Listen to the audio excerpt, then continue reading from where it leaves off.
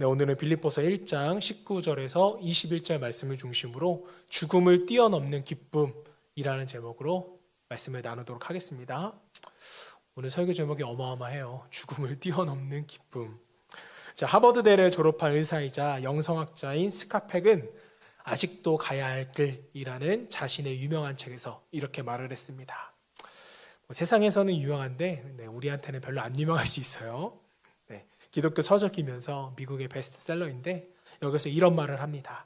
삶은 고통이다. 이것은 삶의 진리 가운데 가장 위대한 진리이다. 그러나 이러한 평범한 진리를 이해하고 받아들일 때 삶은 더 이상 고통이 아니다. 자, 무슨 말인가요, 여러분? 삶이 고통이라는 것을 받아들일 때 내게 오는 고통을 이상하게 여기지 않고 비로소 우리는 고통에서 벗어날 수 있다. 라는 의미인 것입니다. 저는 이 스카펙의 글을 읽으면서 이런 생각이 들었습니다. 우리가 받아들이기 힘들지만 받아들여야 할 가장 분명한 현실과 고통이 있다면 그것은 바로 죽음이다 라는 생각을 해봅니다. 그래서 스카펙도 이 책에서 이런 말을 했습니다. 우리가 기꺼이 죽을 수도 있는 어떤 계기가 없다면 완전한 삶은 영위할 수 없다. 죽음에 대해서 기꺼이 죽을 수 있는 상황이 아니라면 죽음에 대한 공포와 두려움으로 우리의 삶이 허무할 수밖에 없다라는 이야기입니다. 또 알버트 슈바이처도 이런 말을 했습니다. 우리 모두가 정말로 훌륭한 사람으로 성장하기 위해서는 죽음에 대한 사유에 익숙해져야 한다. 매일 매 순간마다 죽음에 대해 생각할 필요는 없다. 하지만 우리가 죽음과 친숙해지면 매주 혹은 매일을 선물처럼 받아들이게 된다. 슈바이처는 죽음에 대한 사유, 죽음에 대한 개념이나 이 생각에 익숙해져야 이것을 받아들일 수 있게 된다라고 설명합니다. 자, 왜 우리는 죽음을 받아들여야 할까요? 모든 인간은 죽음으로부터 자유할 수 없기 때문입니다. 자, 그러나 안타깝게도 사람들이 가장 두려워하는 건 살면서 가장 받아들이기 힘들어하는 게 뭔가요? 죽음이라는 것이죠. TV를 보면 여러분 그 보험 광고가 굉장히 많이 나온 것을 보게 됩니다. 그럼 나오잖아요. 국민 몇 명 중에 몇 명이 암으로 사망하고 40대 이상의 사망률 1위는 암이다. 그러면서 이제 물어보잖아요. 아직도 안 드셨나요? 그럼 저는 대답해요. 아직 안 들었습니다. 예전에는 제가 그런 걱정이었었는데 혹시나 암이나 불의의 사고로 죽으면 어떡하나? 이 죽음에 대한 무의식적인 생각이 저한테 나오게 되더라고요. 여러분은 어떠세요?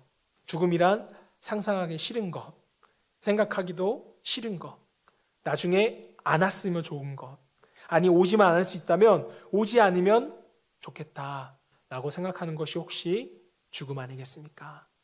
자, 그런데 오늘 본문에 보시면 놀랍게도 죽음을 받아들이고 있는 사도 바울의 모습이 우리에게 소개됩니다. 아니, 죽음을 받아들이는 정도가 아니라 그는 자신의 죽음에 대해서 이렇게 설명합니다. 본문 21절입니다. 죽는 것도 유익함이라. 죽는 것이 유익하대요. 여러분, 이게 이해가 되세요? 자, 바울은 지금 상상하거나 가정에서 말하는 것이 아니었어요.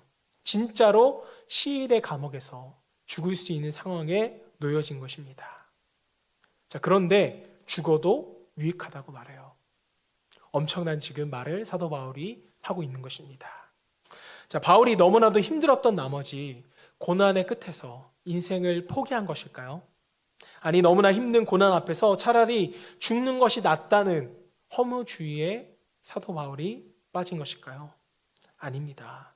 빌립보서 1장 25절을 보면 그렇지 않다는 것을 우리가 알 수 있습니다. 내가 살 것과 너희 믿음의 진보와 기쁨을 위하여 너희 무리와 함께 거할 이것을 확실히 아노니. 말씀을 보시면 무슨 말이에요? 나 사도 바울은 다시 살게 될 것과 빌립보 성도들과 함께 거하게 될 것을 안돼요, 모른대요? 안 돼요. 삶에 대한 열정을 불태우는 사도 바울은 허무주의에 빠진 것도 고난을 더 이상 견디지 못하여 죽고 싶은 허무주의에 빠진 것도 결코 아니라는 것입니다. 자, 하지만 그래도 어떻게 생각하기도 싫은 죽음, 오지 않았으면 하는 그 죽음, 아니 언제 죽을지도 모르는 그런 상황에서 사도 바울은 죽음이 유익하다라고 말할 수 있었던 것일까요? 여러분, 그 비밀을 알고 싶으십니까? 저는 저와 여러분이요, 이 죽음의 두려움을 뛰어넘는 기쁨, 사도 바울이 소유했던 이 기쁨을 함께 소유할 수 있기를 먼저 주님으로 축복합니다. 자, 그렇다면 우리는 어떻게 하면 죽음 앞에서도 또 죽음을 뛰어넘는 기쁨을 소유할 수 있을까? 첫 번째는요, 구원의 확신을 우리가 가져야 합니다. 너무나도 당연하지만 죽음을 뛰어넘기 위해선 구원의 확신뿐이 없습니다. 자, J.C. 라일의 구원의 확신이라는 책에서 이런 말을 했습니다. 내 영혼의 상태에 대해 굳건한 확신을 가지고 살 때 나는 사자처럼 담대합니다. 어떤 공경 속에서도 웃을 수 있습니다. 어떤 역경도 나를 움츠리게 하지 못합니다. 그러나 현실의 안락한 반을 추구할 때에는 너무나도 두려워져서 쥐구멍에라도 들어갈 수 있을 것 같습니다. 여러분, 그렇습니다. 우리는 우리의 환경과 상황이 변해야 안락하다고 생각해요. 또 기뻐할 수 있다고 생각합니다. 자, 그러나 이게 아니라는 거예요. 우리의 안락함보다 더 중요한 것은 우리의 확신입니다. 확신이 우리에게 중요해요. 특별히 그리스도인들에게는 구원의 확신보다 더 중요한 것은 없다고 믿습니다. 자, 하지만 대부분의 사람들이 확신보다는 뭐에 빠져 있어요? 안락함에 빠져서 그것을 잃어버릴까봐, 또 죽을까봐 걱정하며 두려움으로 이 땅의 삶을 살아가고 있는 것입니다. 자, 이전에 제가 말씀드린 적이 있는데 눈 오는 날 교회 차량 운행을 하다가 제가 눈길에 미끄러져서 차가 고속화도로에서 한 바퀴 돈 적이 있습니다. 자, 만약에 반대편에서 차가 왔다면 어떻게 될지 모르는 상황이었었는데, 자, 눈길에 차가 미끄러지고 브레이크도 안 되는 상황에서 제 머리에 스쳐온 것은 이거였습니다. 아, 이제 큰일 나겠다. 잘못하면 죽을 수도 있겠구나. 제 머리에 이 생각이 스쳐갔는데, 그런데 동시에 이런 생각도 스쳐가더라고요. 그래, 지금 주님 뵈도 괜찮겠다. 이런 생각이 제 머리를 스쳐갔습니다. 자, 그리고 이날 있었던 일을 그 주에 성도님들과 함께 말씀을 나누면서 지금 죽어도 좋겠다 라는 말씀을 드리니까 한 권사님이, 목사님 어디 가서 그런 소리 하지 마세요. 저한테 그러시더라고요. 그러신 게 아니라 혼내시더라고요. 아쉬워서 그런지, 또 자신이 나이 많은데 그 앞에서 제가 그런 소리를 해서 그런지 모르겠지만, 그런데 이때 저도 좀 놀랐어요. 어떻게 내가 그런 말을 할 수 있었을까? 주님 뵈도 좋겠습니다. 생각해보면 그것은 제 안에 있는 구원의 확신 때문이었습니다. 여러분, 믿지 않는 사람들은요, 죽음을 두려워합니다. 아니, 믿음이 있다고 하지만 참된 믿음을 갖지 못한 사람들도 죽음을 두려워하기는 마찬가지예요. 할 수만 있다면 죽음을 지연하고 싶어 합니다. 왜 그럴까요? 더 살고 싶어서일까요? 아닙니다. 여러분, 생각해 보세요. 사람이 살면 얼마나 더 살 수 있을까요? 만약에 70살에 죽을 뻔했다가 살아나서 80세에 죽게 되었다면 이 사람은 죽음에 대한 두려움과 공포가 없어질까요? 아니죠. 조금 더 산다 해도 죽음은 여전히 우리에게 두려운 것입니다. 자, 그렇다면 인간은 왜 그렇게 죽음을 두려워하는 것일까? 왜 죽음을 피할 수만 있다면 피하고 싶은 것일까? 그것은 죽음 뒤에 심판이 있기 때문입니다. 자, 히브리서 9장 27절에 이렇게 말해요. 한 번 죽는 것은 사람에게 정해진 것이요, 그 후에는 뭐가 있으리라? 심판이 있으리라. 모든 인간에게 죽음이 두렵고 기쁘지 않은 것은 죽음 뒤에 심판이 있다는 것을 알기 때문입니다. 그럼 여기서 목사님, 안 믿는 사람은 심판도 안 믿는데 그럼 죽음이 안 두려울까요? 죽음에 대한 두려움이 없을까요? 없긴 왜 없겠어요. 자, 하나님은 인간을 창조하실 때 우리에게 양심이라는 계시를 주셨기 때문에 또 죄와 심판에 대한 두려움은요, 어느 누구에게나 있다라는 것입니다. 자, 다시 말해서 심판이 있는 한 그 누구도 죽음의 두려움을 피할 수가 없다라는 것입니다. 자, 하지만 오늘 본문의 사도 바울을 보면요, 죽음 앞에서도 기뻐했어요. 아니, 죽음도 유익하다고 고백하는 것입니다. 그는 어떻게 이런 위대한 고백을 할 수 있었을까? 그것은 사도 바울에게 죽음이란 심판의 날이 아니라 구원의 날이었기 때문입니다. 본문 19절 말씀. 이것이 너희의 간구와 예수 그리스도의 성령의 도우심으로 나를 구원에 이르게 할 줄을 뭐 하는 거로? 아는 거로. 자, 말씀을 보시면 바울에게는 무엇이 있었어요? 바울에게는요, 구원의 확신이 있었다는 것입니다. 자, 그런데 누군가는 여기서 이렇게 말할지도 모르겠어요. 목사님, 여기서의 구원은 감옥에서 풀려나는 것을 의미하는 거 아닐까요? 성경을 좀 아시는 분이 이렇게 질문할 수 있습니다. 맞아요. 여기서의 구원은 1차적으로 옥에서 풀려나는 것을 의미합니다. 자, 그러나 본문 20절을 보세요. 그는 이렇게 고백하고 있습니다. 20절 제가 읽어드리겠습니다. 나의 간절한 기대와 소망을 따라 아무 일에든지 부끄러워하지 아니하고 지금도 전과 같이 온전히 담대하여 살든지 죽든지 내 몸에서 그리스도가 존귀하게 되게 하려 하나니. 보세요, 여러분. 살든지 죽든지라는 건 무슨 의미예요? 바울은요, 자신의 생각과는 달리 죽을 수도 있다는 것을 사도 바울은 인지하고 있었다는 거예요. 오히려 시위대 감옥에서 살아난다는 것보다 죽는다는 것이 더 쉽다는 것을 그는 잘 알고 있었습니다. 자, 그런데 사도 바울은요, 이게 중요하지 않았더라는 거예요. 왜요? 그는 구원받은 사람이거든요. 구원에 대한 확신이 그에게 있기 때문이었습니다. 육신이 살든지 죽든지 자신의 영혼이 예수 그리스도로 인하여 구원받아 영원히 살 것을 그는 확신했기 때문이었습니다. 자, 구원의 확신은 죽음에 대한 두려움뿐만 아니라 모든 두려움을 이기게 하는 권세와 능력이 있습니다. 자, 그래서 사도 바울은요, 죽음을 두려워하지 않아요. 오히려 죽는 것을 기쁨으로 여깁니다. 또 유익하다고 고백하는 거예요. 사랑하는 여러분, 이 기쁨을 저와 여러분 모두가 누리기를 소망합니다. 자, 그러기 위해서는 여러분들이 구원에 대한 확신이 있으셔야 돼요. 죽음을 넘어선 영원한 기쁨이 그 구원의 확신을 통해서 우리에게 소유될 줄로 믿습니다. 자, 한 발 더 나아가서 우리는 어떻게 죽음 앞에서도 기뻐할 수 있을까? 자, 두 번째는요, 인생의 목적을 분명하게 하셔야 돼요. 인생의 목적을 알아야 한다.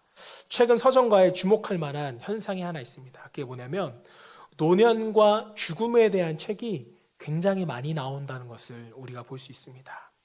책 제목만 제가 잠깐 읽어드릴게요. 활기찬 노년과 빛나는 죽음을 맞으라. 또 다른 책은 어쩌면 괜찮은 나이, 50 이후의 삶과 죽음. 벌써 50대 이후의 죽음을 준비하라고 책은 말합니다. 후회 없는 삶을 위해 죽음을 배우다. 나는 친절한 죽음을 원한다. 이게 요즘 서점가에 나오는 책들의 제목인데, 이제 사회가 초고령화가 되면서 뭐 좋든 싫든 간에 이제 사람들은 노년과 죽음에 대해서 관심을 가질 수밖에 없습니다. 자, 그런데 이런 책들의 공통점이 있어요. 노년을 재미있게 보내고 죽음을 두려움 없이 맞이할 수 있도록 돕고자 한다는 것입니다. 자, 하지만 막상 노년이 되면 또 죽음이 임박하게 되면 누구나 죽음을 두려워하게 되고 살아온 인생에 대해 후회하게 된다는 것을 여러분은 알고 계십니까? 자, 대표적인 책이 이 1000명의 죽음을 지켜본 이 호스피스 전문가가 있어요. 전문 의사인데 오츠 슈이치가 쓴 죽을 때 후회하는 25가지 책이라는 책이 있습니다. 자, 여기는 말기암 환자와 이 의사가 대화하는 장면이 나오는데 이제 병실에 누운 말기암 환자가 오츠 슈이치에게 조심스럽게 묻는 거예요. 선생님, 무언가를 후회한 적이 있나요? 의사가 당황해서 말합니다. 후회라고요? 네, 선생님은 후회 같은 거 안 하시죠? 하지요. 후회. 정말로요? 네, 저도 늘 후회합니다. 자, 이 짧은 대화에서 우리는 무엇을 느낄 수 있을까요? 자, 이 대화는요, 살아온 날에 대한 후회가 많은 말기암 환자가 후회가 없을 것 같은 훌륭한 의사에게 후회가 없냐고 묻자 나도 후회가 많습니다. 라는 대화의 내용입니다. 자, 여러분, 사람들은 왜 후회할까요? 여러 가지 이유가 있겠지만 가장 큰 이유는 인생의 목적을 모른 채 그냥 살아가고 있기 때문입니다. 내가 왜 살아야 하는지, 내가 무엇 때문에 살아야 하는지 인생의 근본적인 질문에 대해서 답이 없으니까 후회하는 인생을 살아갈 수밖에 없는 것입니다. 자, 그렇다면 오늘 사도 바울은 어땠을까요? 살아온 인생에 후회하진 않았을까요? 에이, 괜히 예수 믿고 내 인생 꼬였네. 지금 감옥에 갇힌 내 모습에 후회한다. 이렇게 말해도 어색하지 않은 인생이 사도 바울의 인생입니다. 하지만 사도 바울은요, 단 한 번도 후회를 하지 않습니다. 그는 죽음을 앞두고 쓰여진 그의 마지막 서신인 디모데후서 4장 6절에서 8절에서 이렇게 말합니다. 전제와 같이 내가 벌써 부어지고 나의 떠날 시각이 가까웠도다. 나는 선한 싸움을 싸우고 나의 달려갈 길을 마치고 믿음을 지켰으니 이제 후로는 나를 위하여 을레의 면류관이 예비되었으므로 주고 의로우신 재판장이 그날에 내게 주실 것이며 내게만 아니라 주의 나타나심을 사모하는 모든 자에게도니라. 여러분, 사도 바울은요 절대 후회하지 않았습니다. 오히려 죽음 이후에 받게 될 위의 면류관을 바라보면서 나의 달려갈 길을 마쳤노라고 사도 바울은 말합니다. 즉 후회 없이 기쁨으로 죽음을 맞이하고 있는 사도 바울의 모습을 우린 보게 됩니다. 자, 바울은 어떻게 인생의 마지막에서 이런 후회 없는 이 놀라운 고백을 할 수 있었을까요? 그것은 구원의 확신을 가진 후 인생의 목적이 무엇인지를 그는 분명히 알았기 때문이었습니다. 자, 그는 본문에서 20절에서 이렇게 말해요. 나의 간절한 기대와 소망을 따라 아무 일에든지 부끄러워하지 아니하고 지금도 전과 같이 온전히 담대하여 살든지 죽든지 내 몸에서 그리스도가 존귀하게 되게 하려 하나니. 바울은 뭐래요, 여러분? 부끄러워하지 않는데요. 살든지 죽든지 후회하지 않는답니다. 자, 아무리 사도 바울이라도 그렇지 어떻게 부끄러움 없는 인생을 살아갈 수 있었을까? 그것은 오직 예수 그리스도가 존귀케 되어지는 것. 그것이 바로 그의 인생의 목적이었고 그 목적을 위해 사도 바울은 하루하루를 충실히 살아갔기 때문이었습니다. 사랑하는 여러분, 그렇다면 저와 여러분은요 지금 무엇을 위해 달려가고 계십니까? 인생의 목적을 위해서입니까? 아니면 인생의 싸구려 유의를 위해서입니까? 자, 구원받은 그리스도인들에게 인생의 목적은요 단 하나예요. 예수 그리스도. 주 예수 그리스도를 전하는 것. 그분의 이름이 존귀케 되어지도록 그분께 인생을 드리는 것. 오직 이것만이 죽음 앞에서도 기쁨을 누릴 수 있는 한 가지 이유가 될 것입니다. 여러분, 세상의 유의 즐겨보세요. 세상의 물질 다 가져보세요. 인생의 마지막 날 우리의 후회와 공허함만 더 커질 뿐입니다. 자, 그리스도를 존귀하게 하기 위해서 살아가는 삶, 이것이 우리가 두려움 없이 죽음을 맞이할 수 있는 삶의 목적이자 세상이 우리에게 줄 수 없는 기쁨을 준다는 것을 저와 여러분 모두가 깨달아 그리스도를 위하여 살아갈 수 있는 저와 여러분 되시기를 주님을 축복합니다. 자, 마지막입니다. 마지막으로 우리는 어떻게 죽음 앞에서도 기뻐할 수 있을까? 자, 세 번째는요, 그리스도와 함께 살아야 우리는 죽음을 뛰어넘는 기쁨을 소유할 수 있습니다. 저는 본문을 묵상하면서 이런 질문을 다시 한번 하게 되었습니다. 구원의 확신을 가지고 인생의 목적인 그리스도를 위해 사는 것이 이것이 정말 우리의 죽음 앞에서도 기쁨을 가져다 줄 수 있을까? 여러분들도 이게 가능하다고 생각하세요? 아멘, 빨리 하셔야 돼요. 가능하다고 생각하세요? 자, 아멘이라고 우리가 매번 답은 하시는데 그런데 왜 우리는 죽음이 아닌 고난 앞에서도 왜 그렇게 쉽게 기쁨을 잃어버리게 되는 것일까요? 왜 우리는 지금 죽어도 천국 갈 수 있냐는 질문에 확실하게 대답하면서도 뒤돌아서면 왜 쉽게 기쁨을 잃어버리는 것일까? 그것은 오늘 우리가 그리스도와 함께 살고 있지 않기 때문입니다. 본문 21절 보세요. 이는 내게 사는 것이 그리스도니 죽는 것도 유익함이라. 바울은 왜 죽는 것이 유익하다고 말합니까? 어떻게 죽음 앞에서도 인생의 목적, 그리스도께서 존귀케 되는 것이 어떻게 그 일을 위하여서 달려갈 수 있다고 말해요. 그것은 바울 안에 그리스도께서 살아 계시기 때문인 것입니다. 자, 그렇다면 여러분에게 질문 드릴게요. 여러분 안에 그리스도께서 살고 계십니까? 그분과 함께 동행하며 그분과 함께 교제하며 그분과 함께 사랑을 나누고 계십니까? 질문을 바꿔보겠습니다. 지금 우리의 구원자이신 예수 그리스도가 어디 계세요? 저 하늘에 계시나요? 아니면 여러분의 마음 가운데 계시나요? 예수님께서 십자가에 매달리시기 전에 제자들에게 이런 말씀을 하셨습니다. 요한복음 14장 1절에서 3절. 너희는 마음에 근심하지 말라. 하나님을 믿으니 또 나를 믿으라. 내 아버지 집에 거할 곳이 많도다. 그렇지 않으면 너희에게 일렀으리라. 내가 너희를 위하여 거처를 예비하러 가노니 가서 너희를 위하여 거처를 예비하며 내가 다시 와서 너희를 내게로 영접하여 나 있는 곳에 너희도 있게 하리라. 자, 보시면 이 말은 무슨 말이었어요? 예수님께서 제자들을 떠나신다는 말이었어요.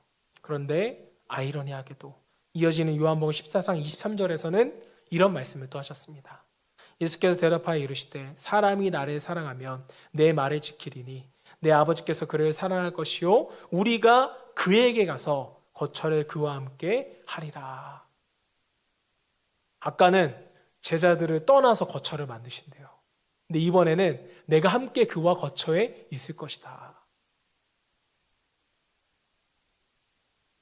여러분, 이 말을 종합해 보면 나는 너희를 떠나지만 함께 있을 거야. 이런 말씀이에요. 제자들이 예수님의 이 말을 이해할 수 있었을까요? 없었습니다. 자, 그런데 오순절 마가의 다락방에서 성령이 임하고 나니까 이 말을 제자들이 이해하기 시작합니다. 하늘에 계신 예수 그리스도께서 내 안에 사시는 그 놀라운 신비를 제자들이 성령이 임함으로써 경험했기 때문이었습니다. 자, 이후부터는 제자들이 모든 사역에 두려움 없이 담대하게 나아가는 것을 우리 보게 됩니다. 환난, 가난, 고난, 죽음의 위기 속에서도 그것을 두려워하는 것이 아니라 오히려 기쁨으로 그 모든 것을 감당해 나가요. 무엇이 그들을 이렇게 만들었습니까? 그것은 그들 안에 그리스도께서 살아 역사하시기 때문인 것입니다. 사랑하는 여러분, 지금 저 여러분의 마음속에 그리스도께서 살아 역사하고 계십니까? 자, 그러기에 사나 죽으나 주께서 존귀하게 될 것을 믿으며 오늘도 구원의 확신 속에서 여러분이 살아가셔야만 하는 것입니다. 마지막으로 이야기 하나 하고 영상을 보고 예배를 마칠 텐데요. 영상을 보기 위해서 이렇게 열심히 달려왔습니다. 자, 이 영상은요, 강원도 삼척 부모의 이혼으로 갓난아기 때부터 조부모의 손에 맡겨져 자라왔던 한 사람의 이야기입니다. 이 사람은 고향을 떠나 무작정 어렸을 때 상경을 했습니다. 그의 나이 17세. 공장 근로자 등 여러 가지 직업을 전전하면서 학문에 대한 열정을 식지 않아서 9년 만에 고등학교 야간부를 또 8년 만에 방송통신대를 졸업하게 되었습니다. 자, 그런데 어느 날 교통사고와 또 전기 감전, 또 폐결핵 등 7번이나 죽을 고비를 넘기면서 예수님을 구주로 영접하고 40대 중반이 돼서야 교회를 개척하게 됩니다. 아내가 간호사로 일해서 생계를 맡아주었기에 알코올 중독자와 극빈층을 대상으로 복음을 전할 수 있었다고 합니다. 또 그들을 돕기 위해서 폐지를 줍고 동네에서 구두를 닦으며 그는 복음을 전했습니다. 자, 그리고 그렇게 시작한 구두 닦기 수익으로 극심한 가난에 시달리는 해외 어린이를 무려 8명이나 입양하고 후원금을 보냈다고 합니다. 자, 그러나 그런 그에게 2010년에 루게릭 병이라는 불치병이 찾아오게 됩니다. 자, 이 사람은요, 바로 배우 차인표 씨의 멘토 성남 샬롬교회 김정아 목사님의 이야기입니다. 자, 수년 전에 이분이 기독교 방송에 나와서 간증하셨던 것을 보았는데 그분의 영상을 컴패션이라는 단체에서 만들었던 그 영상을 함께 이 시간 보도록 하겠습니다.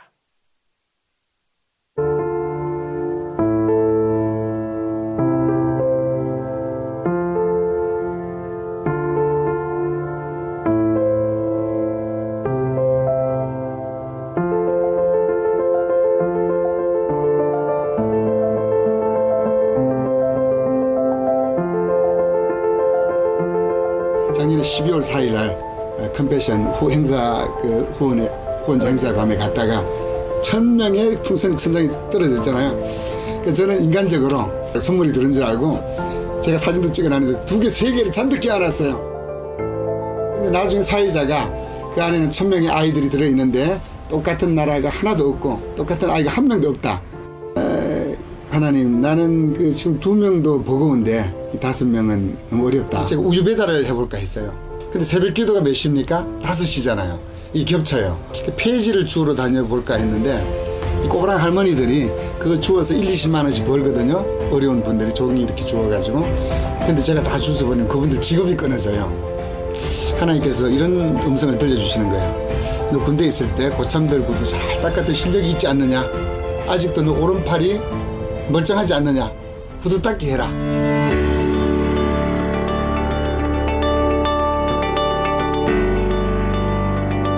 그 전화부는 이제 개인적으로 법관이 되기를 기도하고, 루이스는 의사가 되기를 기도하고, 페루의 이제 헤수스라는 아이는 목회자가 되라고 이제 기도하고 있고, 그 다음에 이제 동인도에 그 리켄샤라는 아이가 있어요. 동인도의 여성 지도자가 되라 기도하고 있고, 콜롬비아의 사리크라는 아이는 있는데 걔는 아주 굉장히 인형 같아요. 얘는 미스 콜롬비아가 되라 기도해놨어요. 그 다음 볼리비아의 조엘이 있거든요. 걔는 볼리비아의 장군이 되라. 케냐의 에릭이라는 아이가 있어요. 걔는 흑인인데 너는 제2의 정치가 오바마처럼 이렇게 함으로 해가지고 저는 20년 후에가 기대가 돼요.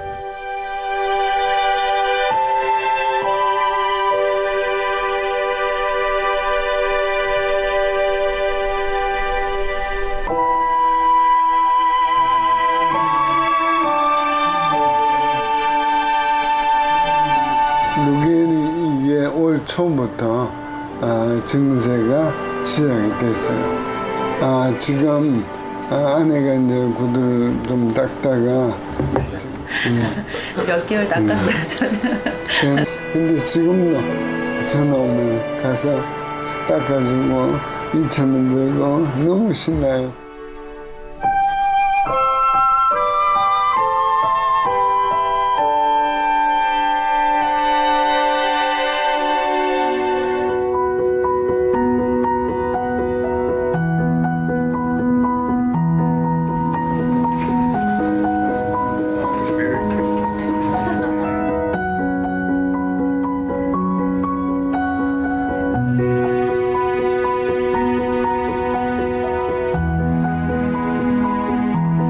제가 태어나서 52년 만에 이렇게 기쁜 성탄절을 맞이해보는 처음입니다.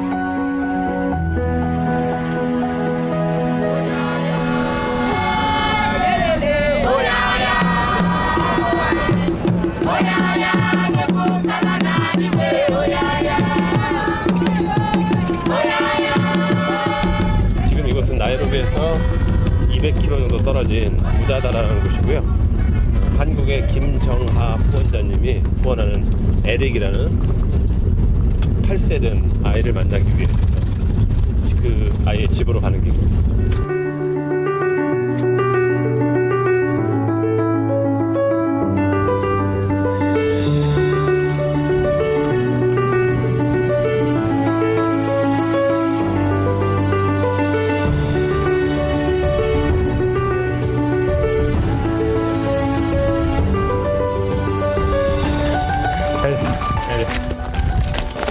Eric, hello. You look just like Poro. Nice to meet you. I'm a friend of your sponsor.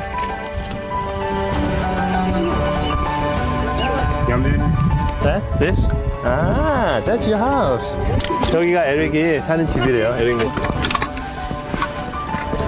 여기 보면 김정아 부원장님이라고 나오고. So this is your sponsor, Pastor Kim. Orang ugonjwa This is his church. inu kanichera atumagiria And he always prays for you na kurombagira rionde every day. every ntu yonde wale onde agugitua kwantu na kurombera He prays to God na rombaga ngai that one day in the future you will become the president of Kenya. kenda ntu imwe ya mianka ikayo tuika munene wa Kenya munene nimwe Will you pray for your sponsor too? ukamurombera go From now on, will you? Can you do that? ukamurombera Okay. alikwira ngia heri muga heri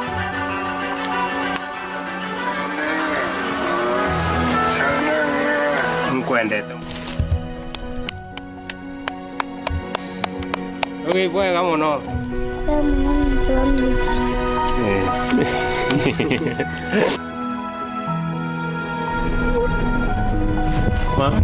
Why are you holding a chicken? Na shukrani. The Thanksgiving. To the sponsor. Yes.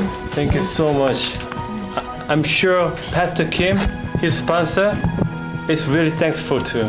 Yes. Although we can't take this chicken on the plane, so we can't have it, we can't receive it, but I'm sure, we all know that you have given your sponsor the best thing you have. Namshukuru Mungu sana kwa huyu sponsor wake Eric Munene kwa kutuma wageni wake kuja kumtembelea Eric Munene. Mungu ambariki na mpe moyo huo kumkumbuka sana, na Mungu aongoze katika safari yenu, mpike salama salamini.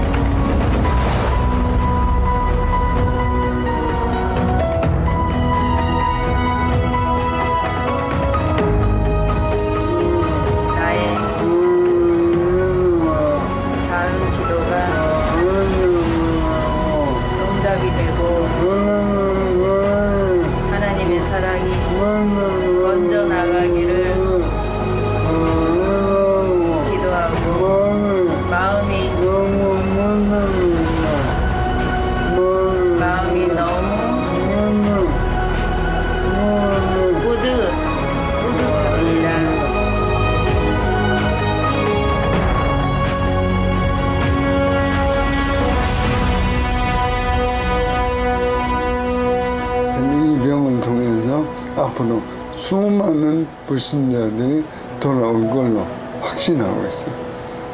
그러니까 내가 죽고 수많은 사람이 산다면 나는 10번도 더 죽을 수 있죠. 네,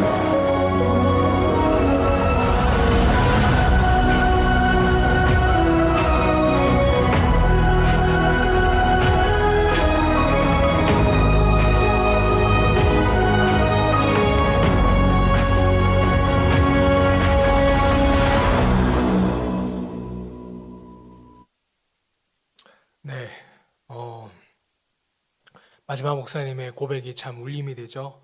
내가 죽고 수많은 사람들이 산다면 나는 10번도 더 죽을 수 있습니다. 류기력병은 잘 아다시피 근육이 없어지는 병이에요. 결국에는 복강에 있는 근육도 사라져서 호흡이 안 되어서 사망하시는 분들이 많은데요. 그러니까 하루하루 이 죽어가는 병을 앓고 있는 목사님이 이런 또 고백을 하신 것을 제가 기사로 본 적이 있습니다. 저는 눈을 감을 때까지 딱 한 가지 일만 할 것입니다. 그것은 전도입니다. 이 놀라운 고백, 죽음의 두려움을 넘어 예수님의 이름을 존귀케 하는 사역을 감당하는 목사님 안에는 분명 예수 그리스도로 인하여 기쁨이 넘치고 있음을 우린 보게 됩니다. 자, 사랑하는 여러분, 우리는 죽음 앞에서도 목사님이 누렸던 그 행복과 기쁨을 저 여러분들도 누리셨으면 좋겠어요. 그러기 위해서는 우리 가운데 구원의 확신이 있어야 되고요. 우리 인생에 대한 확실한 목적, 그리고 예수 그리스도와 함께하는 삶이 우리 가운데 필요한 줄로 믿습니다. 생각해 보면 죽을 날이 얼마 안 남을 수도 있어요. 우리는 살아갈 날보다 어떻게 보면은 이제 죽음에 가까운 시기를 접어가고 있는데요. 죽음 앞에서도 언제나 기쁨을 유지하여서 주님의 뜻을 이뤄드릴 수 있기를 주님을 축복합니다.